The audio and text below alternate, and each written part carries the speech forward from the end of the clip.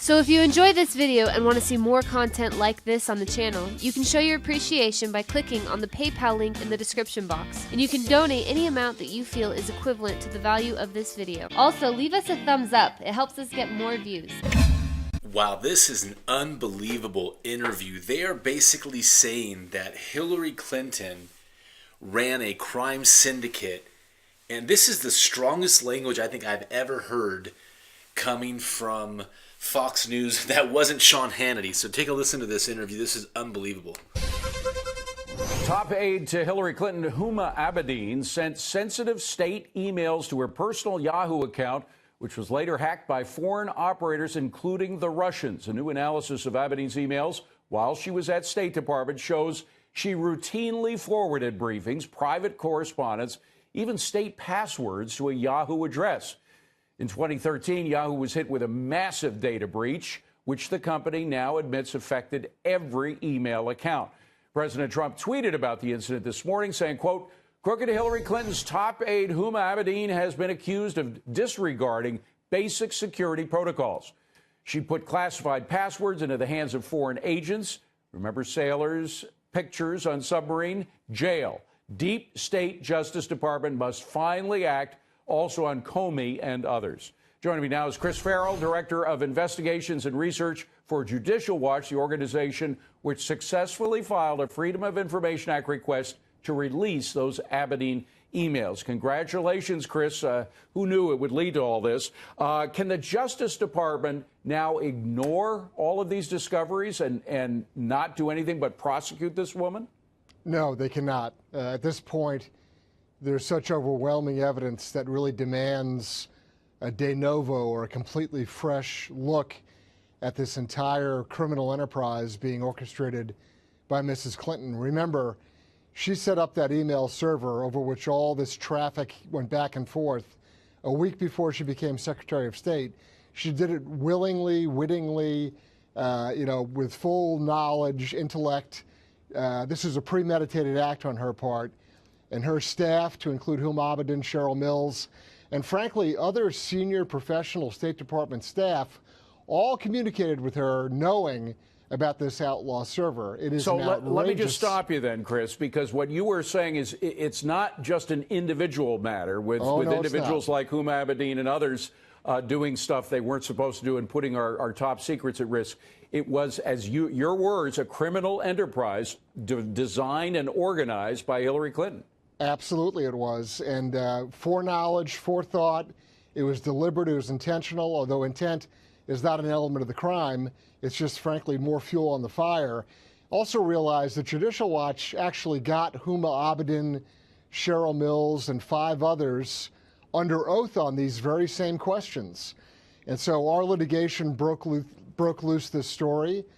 Frankly, if we had not done the work that we had done, no one would ever know about this. Yeah. No one would even know about Huma Abedin or even I cannot, Mrs. and Clinton's I don't server. want to blow smoke in your direction, but I can't emphasize enough that the work you do has created just a tremendous service in unveiling stuff that was going on that really put our national security at risk, unlike anything I've seen by State Department personnel in my lifetime. But let me just ask, you say a criminal enterprise. Would that mean that there would be something like a RICO statute that would be used to prosecute?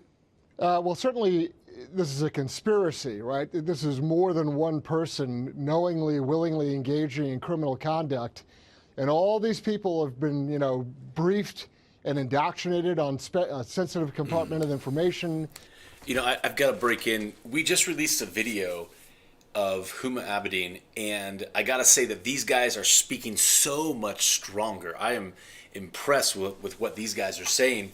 In the last video, they were just way too nice about it, acting like Huma Abedin was just irresponsible. This guy is hitting it on the head. I mean, I know that we know that as, info warriors and patriots who've been following this and chanting "lock her up." But wow, to hear this coming out of somebody's mouth on Fox News that isn't Sean Hannity, this is a monumental moment. And classified material handling, they all know better. Many of them are attorneys. So they have sort of an extra duty or obligation for extra care in this regard. all these folks knew exactly what was going on, what they were doing.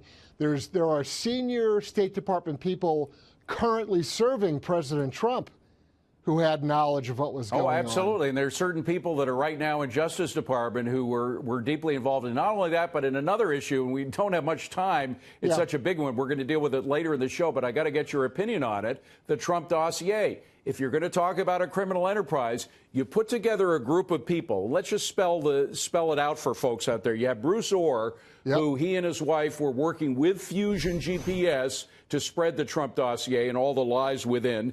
Andy McCabe, the deputy director of the FBI, he was involved in pushing the Trump dossier. Peter Strzok, of course, he talked specifically about it as a kind of an insurance policy. His girlfriend, Lisa Page, who was also there, and of course others, James Baker. But these were individuals who were working together to spread something that was a piece of political garbage. It was paid for to begin with by the Hillary campaign, millions of dollars they spent on it. Fusion GPS is a smear merchant organization, and they knew it. The FBI knew all this, but they were pushing it anyway to prevent Trump from getting into the White House. I mean, that is a criminal enterprise, is it not? It is. And David, here's the hook.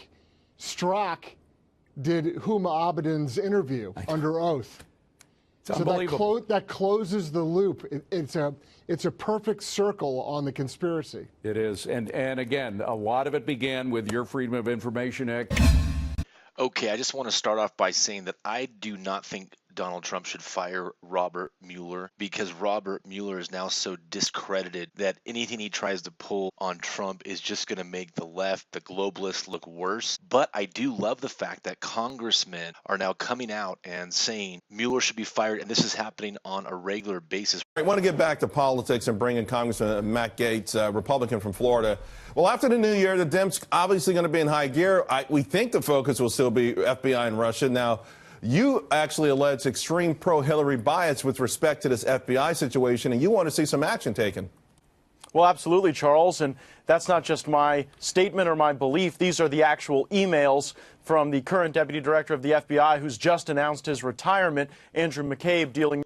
By the way, let me stop that right there. If you go to the Operation How YouTube channel, you see 2 weeks ago we posted a video, FBI Andrew McCabe to resign or be fired. Well, now Andrew McCabe is trying to say he's going to retire in a few months because he wants to collect benefits. Now, remember, this is the guy whose wife received, I think it was a $500,000 or $750,000 donation to her campaign in Virginia, and she received that donation from Clinton Foundation financial guy and also Virginia Governor Terry McAuliffe, best friend of the Clintons. So the governor of Virginia, best friend of the Clintons, gave this guy, Andrew McCabe, right here, his wife, $500,000 to her campaign. And by the way, the type of campaign she ran, the way it works is if they don't spend all the money when they're running, they actually get to pocket whatever remains.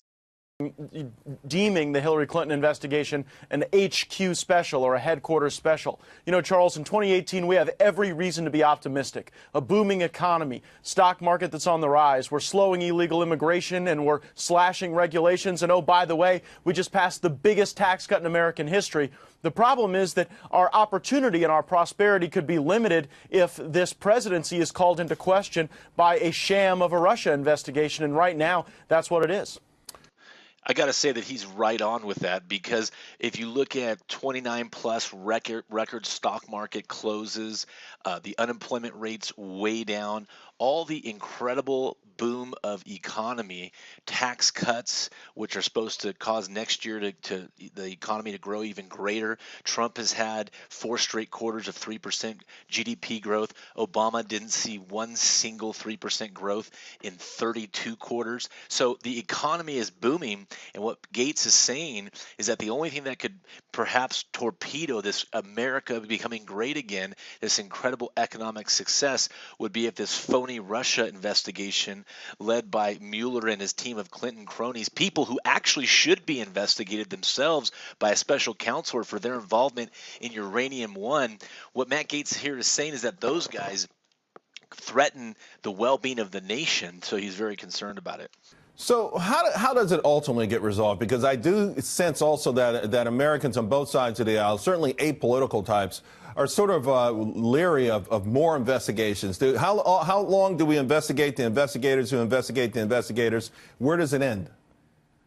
Well, the first thing we need to do is acknowledge the fact that there was absolutely no collusion between the president's campaign and the Russian Federation. I mean, I think now Mueller's trying to make the allegation that we were all on the same internet together, so there must be some connection. That's ludicrous. The next thing we need to do is we need to change the laws so that this never happens again, so that you never have an opportunity for someone like James Comey to take the Hillary Clinton investigation out of the hands of the very competent professionals at the Washington field office and instead use a process that really departs from the standard procedures. And so I think with the passage of some transparency legislation that provides adequate oversight over the Department of Justice and the FBI, we can move past all of this and really get to what you described, an infrastructure bill that'll rebuild this great country. And hopefully we can pay for that infrastructure bill with some welfare reform and entitlement reform so that we don't continue to deficit spend, but we actually solve some of the workforce challenges that many of our small businesses feel.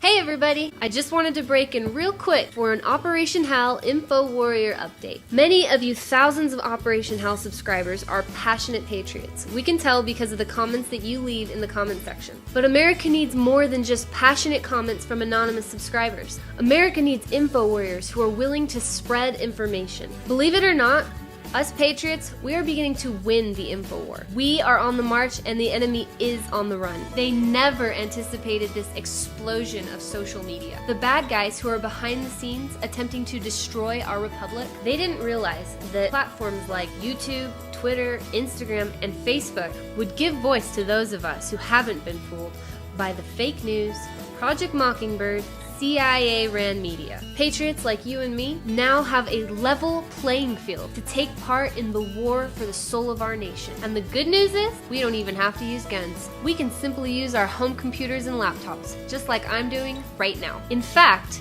the Operation HAL YouTube channel has reached over 73,000 unique individuals just this month. So if you want to get off of the sideline and onto that playing field, we at Operation HAL want to help. We have helped over 18,000 individuals just like you learn how to create and distribute content online. It doesn't matter if you're a novice with computers or a pro. Operation HAL is willing to train you for free in our simple techniques that will allow you to have a voice in our nation. So if you're interested in our free online training, you can email me, Mackenzie, at operationhal@gmail.com. Send me a brief description of why you want to join the info war, and make sure you put in the subject line, I want to be an info warrior. As soon as we get your email, we will contact you back with further instructions. We look forward to hearing from you soon.